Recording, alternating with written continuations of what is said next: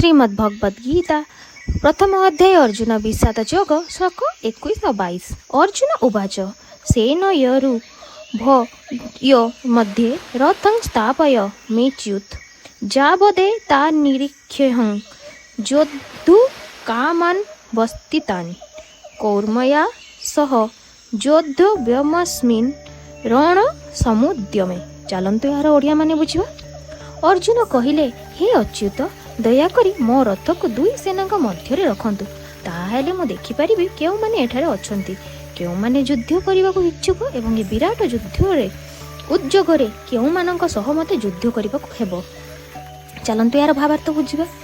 ଯଦିଓ ଶ୍ରୀକୃଷ୍ଣ ହେଉଛନ୍ତି ପରମ ପୁରୁଷ ଭଗବାନ, ତଥାପି ତାଙ୍କର ଅହେତୁକୀ କୃପା ହେତୁ ସେ ତାଙ୍କର ବନ୍ଧୁଙ୍କ ସେବାରେ ନିଯୁକ୍ତ ହୋଇଛନ୍ତି। ସେ ତାଙ୍କର ଭକ୍ତମାନଙ୍କୁ ସ୍ନେହ ପ୍ରଦର୍ଶନ କରିବାରେ କେବେ ହେଲେ ଅବହେଳା କରନ୍ତି ନାହିଁ ଏବଂ ସେଥିପାଇଁ ତାଙ୍କୁ ଏଠାରେ ଅଚ୍ୟୁତ ବୋଲି ସମ୍ବୋଧନ କରାଯାଇଛି। ସାରଥୀ ହିସାବରେ ତାଙ୍କୁ ଅର୍ଜୁନଙ୍କ ଆଦେଶ ପାଳନ କରିବାକୁ ହେବ ଏବଂ ଯେଣୁ ସେ ତାହା ପାଳନ କରିବାକୁ ଦ୍ୱିଧାବୋଧ କଲେ ନାହିଁ, ତେଣୁ ତାଙ୍କୁ ଏଠାରେ ଅଚ୍ୟୁତ ବୋଲି ସମ୍ବୋଧନ କରାଯାଇଅଛି। ଯଦିଓ ସେ ତାଙ୍କର ଭକ୍ତଙ୍କ ପାଇଁ ସାରଥୀ ପଦ ଗ୍ରହଣ କରିଛନ୍ତି, ତଥାପି ଏତଦ୍ୱାରା ତାଙ୍କର ପରମ ସ୍ଥିତି ହ୍ରାସ ପାଉନାହିଁ। ପ୍ରତ୍ୟେକ ଅବସ୍ଥାରେ ସେ ପରମ ପୁରୁଷ ଭଗବାନ, ସେ ହୃଷିକେଶ ଇନ୍ଦ୍ରିୟମାନଙ୍କର ପ୍ରଭୁ ଭଗବାନ ଏବଂ ତାଙ୍କ ସେବକଙ୍କ ମଧ୍ୟରେ ଥିବା ସମ୍ବନ୍ଧ ଅତ୍ୟନ୍ତ ମଧୁର ଓ ଦିବ୍ୟ ଅଟେ। ସେବକ ସର୍ବଦା ଭଗବାନଙ୍କ ସେବା କରିବା ନିମନ୍ତେ ପ୍ରସ୍ତୁତ ଏବଂ ଠିକ୍ ସେହିପରି ଭଗବାନ ସୁଯୋଗ ଖୋଜୁଥାନ୍ତି କିପରି ଭକ୍ତର ସେବା କରିବେ। ତାଙ୍କର ଜଣେ ଶୁଦ୍ଧ ଭକ୍ତ ଯଦି ତାଙ୍କୁ କିଛି ଆଦେଶ ଦିଏ କିମ୍ବା ଆଦେଶ ଦେବା ଅବସ୍ଥାରେ ରହିଛି, ତାହେଲେ ସେ ଏଥିରେ ବଡ଼ ଖୁସି ହୁଅନ୍ତି। ସେ ନିଜକୁ ଆଦେଶ ଦେବା ଅବସ୍ଥାରେ ନ ରଖି ତାଙ୍କର ଏକ ଶୁଦ୍ଧ ଭକ୍ତଙ୍କୁ ସେ ଅବସ୍ଥାରେ ରଖିବାରେ ସେ ଅଧିକ ଖୁସି ହୁଅନ୍ତି।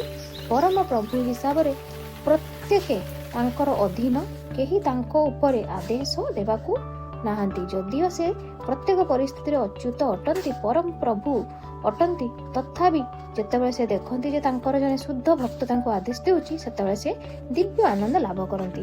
ଭଗବାନଙ୍କର ଏକ ଶୁଦ୍ଧ ଭକ୍ତ ହିସାବରେ ଅର୍ଜୁନଙ୍କର ଭାଇମାନଙ୍କ ସହ ଯୁଦ୍ଧ କରିବାର ଅଭିଳାଷ ନଥିଲା, କିନ୍ତୁ ଦୁର୍ଯ୍ୟୋଧନଙ୍କର ଅବାଧ୍ୟତା ଯୋଗୁଁ ସେ ଯୁଦ୍ଧ କ୍ଷେତ୍ରକୁ ଆସିବାକୁ ବାଧ୍ୟ ହେଲେ।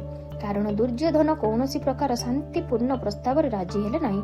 ତେଣୁ ଅର୍ଜୁନ ଦେଖିବାକୁ ଖୁବ୍ ଆଗ୍ରହୀ ହୋଇ ଉଠିଥିଲେ କେଉଁମାନେ ଅପର ପାର୍ଶ୍ୱରେ ଯୁଦ୍ଧରେ ନେତୃତ୍ୱ ନେଉଛନ୍ତି। ଯଦିଓ ସେ ଯୁଦ୍ଧ କ୍ଷେତ୍ରରେ କୌଣସି ପ୍ରକାର ଶାନ୍ତିପୂର୍ଣ୍ଣ ପ୍ରଚେଷ୍ଟା ନଥିଲା, ତଥାପି ସେ ସେମାନଙ୍କୁ ଆଉ ଥରେ ଦେଖିବାକୁ ଇଚ୍ଛା କଲେ ଏବଂ ବିଶେଷ କରି ସେ ଦେଖିବାକୁ ଇଚ୍ଛା କଲେ ଯେ କେତେ ଦୂର ସେମାନେ ଏକ ଅନିଶ୍ଚିତ ଯୁଦ୍ଧ କରିବା ପାଇଁ ଆଗଭର ହୋଇଛନ୍ତି।